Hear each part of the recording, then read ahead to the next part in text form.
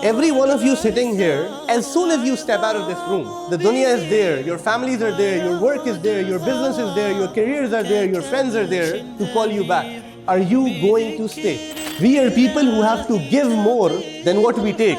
If you don't understand this, आप सीरत को कुछ नहीं समझ सकते. We can have all the fancy bayans and there is really no point to it. I just realized that 52% of our viewers have not subscribed yet.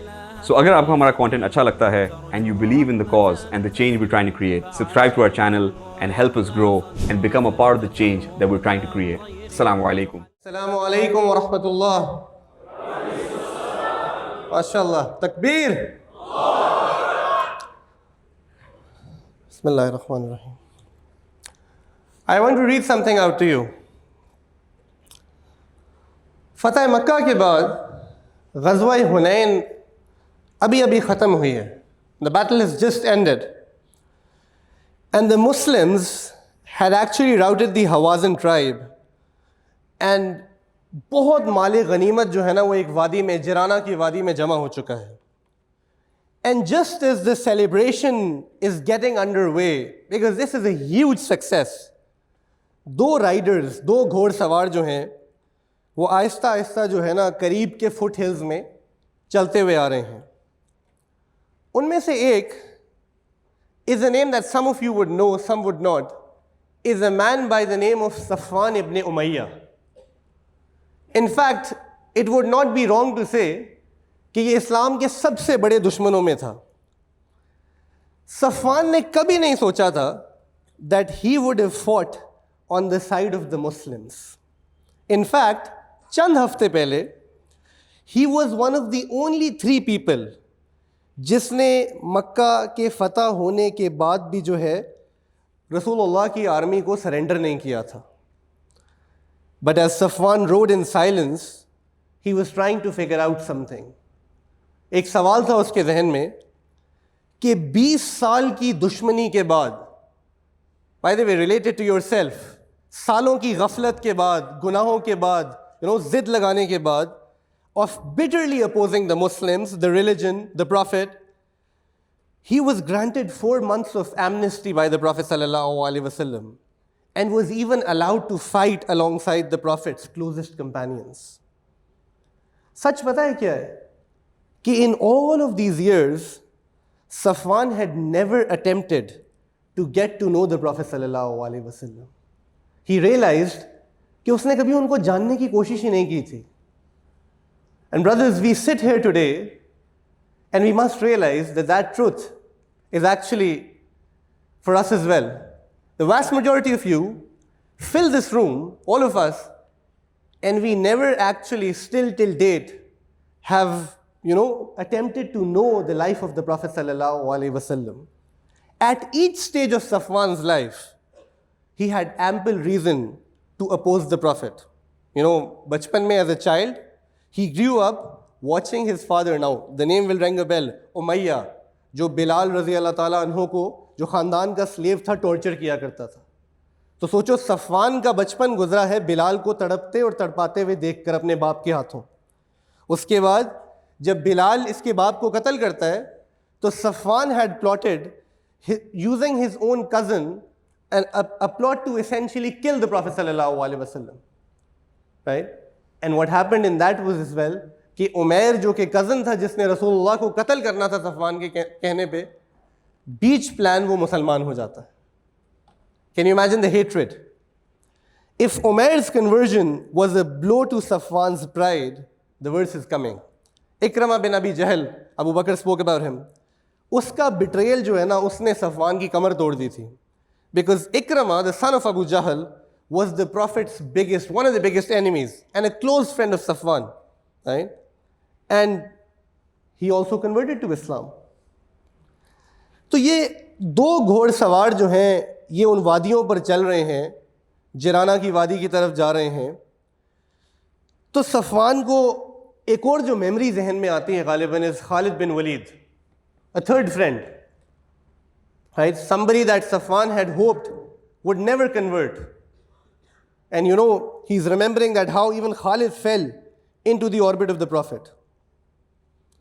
But then, Safwan is actually wondering that इस 20 साल की दुश्मनी के बाद, इतनी ज़िद के बाद, क्यों रसूलुल्लाह सल्लल्लाहु अलैहि वसल्लम ने उसको 100 ऊंट जो है इनाम के तौर पर दिए थे, येट वो अभी भी मुसलमान नहीं हुआ. Right? And as they keep moving, the two lone riders, so they reach a point in the valley जहां आप समझो कि चारों तरफ जो है ना आपको मवेशी नजर आ रहे हैं. For those of you who don't know, ग़ज़वा हुनैन में जितना माले गनीमत जमा हुआ है ना उसका तसव्वुर नहीं किया जा सकता. And Safwan looks at that and through his eyes you can tell that यकीन नहीं आ रहा कि इतना माल मुसलमानों के पास है. And now the voice that is next to him whispers to Safwan, is it pleasing to you? क्या तुम्हें ये पसंद है? And he does not have the ability to answer. And then the voice says, it's yours. ये सब तुम्हारा है. Everything in it and the valley, all of it is yours. At that moment, the proud Qurayshi felt a sudden tightness in his throat. Why? Because, with his trembling lips, he was thinking 20 years of animosity, attempts at killing the Prophet ﷺ, hatred at the highest level. What was his reward?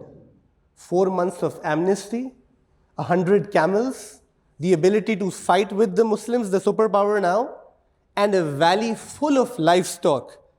And for the first time in his life, zindagi mein pehli martaba, Safwan turned to look at the rider with him, to look in the eyes of Rasulullah sallallahu alayhi wasallam. And he said that main gawahi deta hu, I bear witness that no soul could have the goodness as you if it were not the soul of the Prophet. Allahu Akbar. This story alone, should tell you so many things. In fact, it demonstrates one of the most remarkable features of the Prophet ﷺ's personality, his life. That each companion, har sahabi, us door mein jo hai na, he traveled a unique path. And all of us, mind you, travel a unique path towards Allah subhanahu wa ta'ala. And at some magical moment, kisi ek moment mein, everybody fell into the orbit of the Prophet ﷺ. Everybody came across something, and the same will apply to us, right? We'll fall into the orbit of the Prophet ﷺ. And so you have to understand why we are here tonight. The seerah of the Prophet, these aspects of the Prophet ﷺ, is much about the journey of the companions as it is about the life of the Prophet himself as well. But एक सवाल पैदा होता है कि why did the companions, क्यों सहाबा जो थे, जितने भी लोग थे, why did they gravitate around the Prophet? ये क्यों दीवाने हो जाते थे? क्यों ये ऐसे लोग बने जो कि आपको तारीख में नहीं मिलते? पता है किससे पूछा गया था ये? Zayd bin Harisa. Zayd's story is ajeeb. Imagine you were lost as a young boy, right? And then you find the Prophet ﷺ. But when Zayd's father actually came back, Harisa, और उन्होंने इनकार कर दिया जाने से, तो Harisa actually, the father of Zayd, right, asked him, what is it so special about this man? Right? What is it so special about this man that makes you, do what you're doing? And I'll tell you actually, the Zayd रज़ी अल्लाह तआला अन्हु का जो जवाब था ना, वो बड़ा सादा था. And वो जवाब इसलिए सादा था because there can be no answer to this. He said, because he was so special. There are so many aspects to the Prophet's life that all of us actually can never do justice to any bit of how amazing he was. And we have to sort of cling on to that greatness that we felt perhaps tonight, perhaps, in the nights before that. And the only difference between us and the Sahaba, is what? That Zayd raziyallahu ta'ala anhu had his own father call him back. And he refused. Right? Every one of you sitting here, as soon as you step out of this room, the dunya is there, your families are there, your work is there, your business is there, your careers are there, your friends are there to call you back. The questions tonight, brothers, is are you going to do what Zaid did? Are you going to stay? Are you going to stay? I'm supposed to speak about reading hearts. Why do you think all of this was happening? Because the Prophet ﷺ would understand people to a degree कि लोग उनके गिर्द gravitate होते थे. Perhaps that is the biggest sunnah. The 400 of us tonight are actually united in his name. And all of these stories actually point out to one of the timeless truths of the life of the Prophet, of the personality of the Prophet. That the companions were attracted to the Prophet because of how he touched their lives. And he inspired them towards greatness. How he understood them, how he impacted them.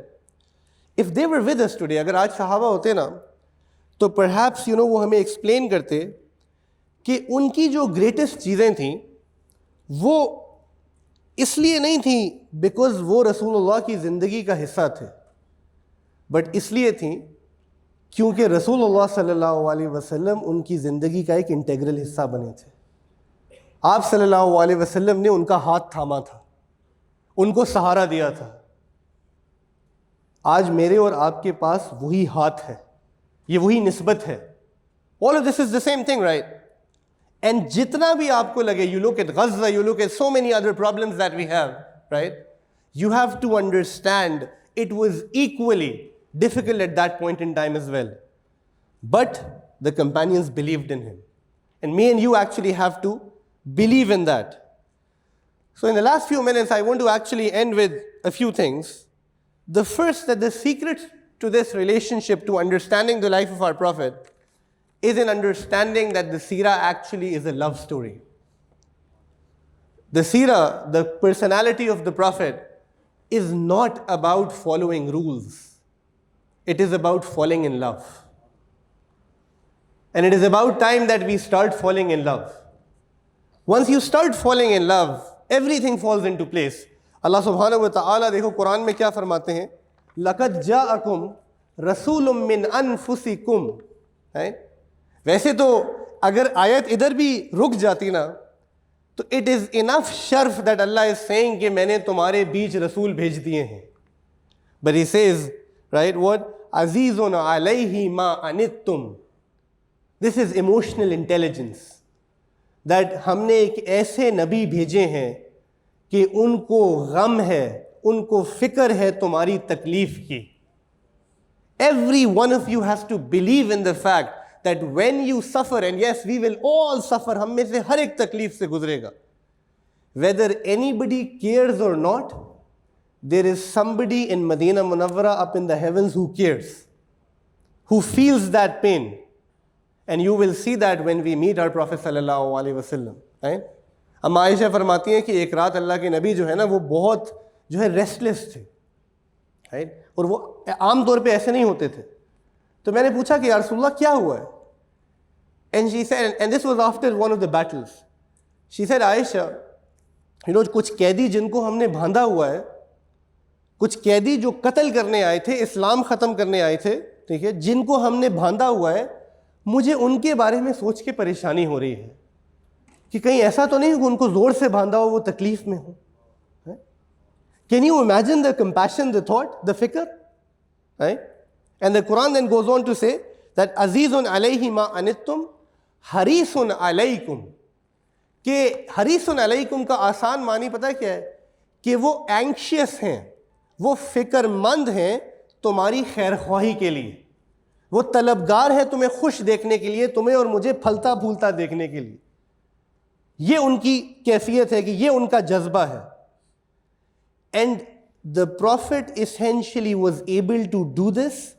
How? Bil mu'minina ra'uf or rahim. That he was kind and merciful. If you have ye ayat zinda kar lo na, you will understand how we as leaders can become emotionally intelligent, right? How we can actually do all of this. And let me show you something that I think has been spoken about, but very quickly. No man in history has this. The Prophet ﷺ started at the lowest point. He was an orphan to begin with. The people who were rejected, no money, nothing to that sort. Through his hard work, right, from that lowest point, he rose to become one of the most honorable men in Makkah Mukarramah. It took him decades to be that man. Then Islam came in. And when Islam came in, he became the most hated man in Makkah again. To a point, you've heard the story, they wanted to kill him at the cost of any and everything.